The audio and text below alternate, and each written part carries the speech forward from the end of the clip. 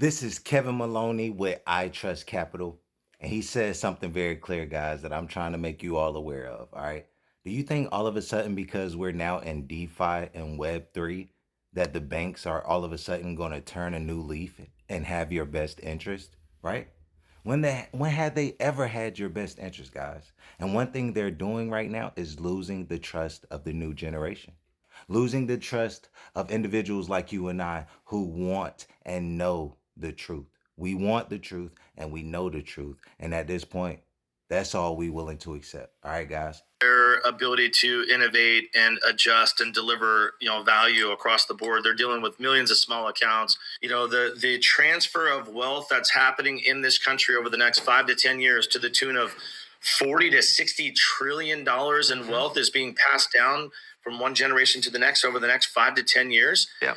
These people are growing up in the digital age. They're growing up in the blockchain economy is the norm, and they may not even want to deal with their large, well-known, incumbent 100-year-old banks. They don't know crypto. They don't know how to service it. They don't know how to sell it. They don't know how to understand it. They really just don't know it.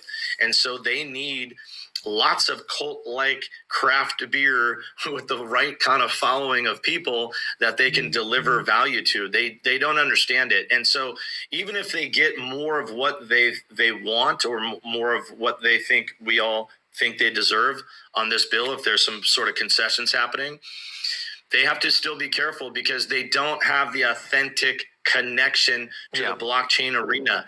They literally debanked people like me and my company this year. And now they're amazing and I'm going to stay with them and do great things and give them everything I have. No, that's not going to happen. They're going to have to earn the trust of the industry and they have to get up to speed. There's so many nuances with crypto. We get it all the time. We answer 2,000 calls a day with live people in the U.S., just removing barriers for our clients. And if you don't do that well at scale with a smile and professionalism and remove those barriers, it takes years to build that authentic approach to delivering that kind of value and service for our client base. The banks aren't going to flip a switch to the younger generation that's going to transfer that wealth and expect all of them to stay. Most of them are still going to go chase the relationships with Vlad